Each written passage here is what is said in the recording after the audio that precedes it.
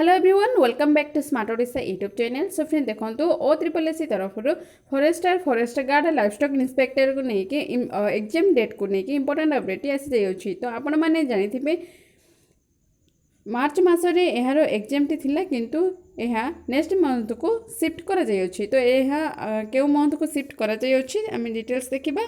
ता पूर्व friends channel नुआ थिले एबे ही सब्सक्राइब कर दियंतु। सो फ्रेंड देखो आपण मैंने रिक्रुटमेंट ऊपर क्लिक करेंगे। रिक्रुटमेंट ऊपर क्लिक करबा परे देखो ये रिक्रुटमेंट अच्छी रिक्रुटमेंट ऊपर क्लिक करेंगे। रिक्रुटमेंट क्लिक करबा परे रिक्रुटमेंट कैलेंडर ऊपर क्लिक करेंगे। क्लिक करबा परे आपण माने जहाँकि टेंटेटिव रिक्रुटमेंट कैलेंडर 2023-24 रो आसीजिवो। आपण माने स्क्रीन रे देखि पारुथिबे। देखंतु जहाँकि लाइवस्टॉक इंस्पेक्टर फॉरेस्ट गार्ड जहाँकि आमर मे मस को आमर एग्जाम डेट टी शिफ्ट करा जाइए।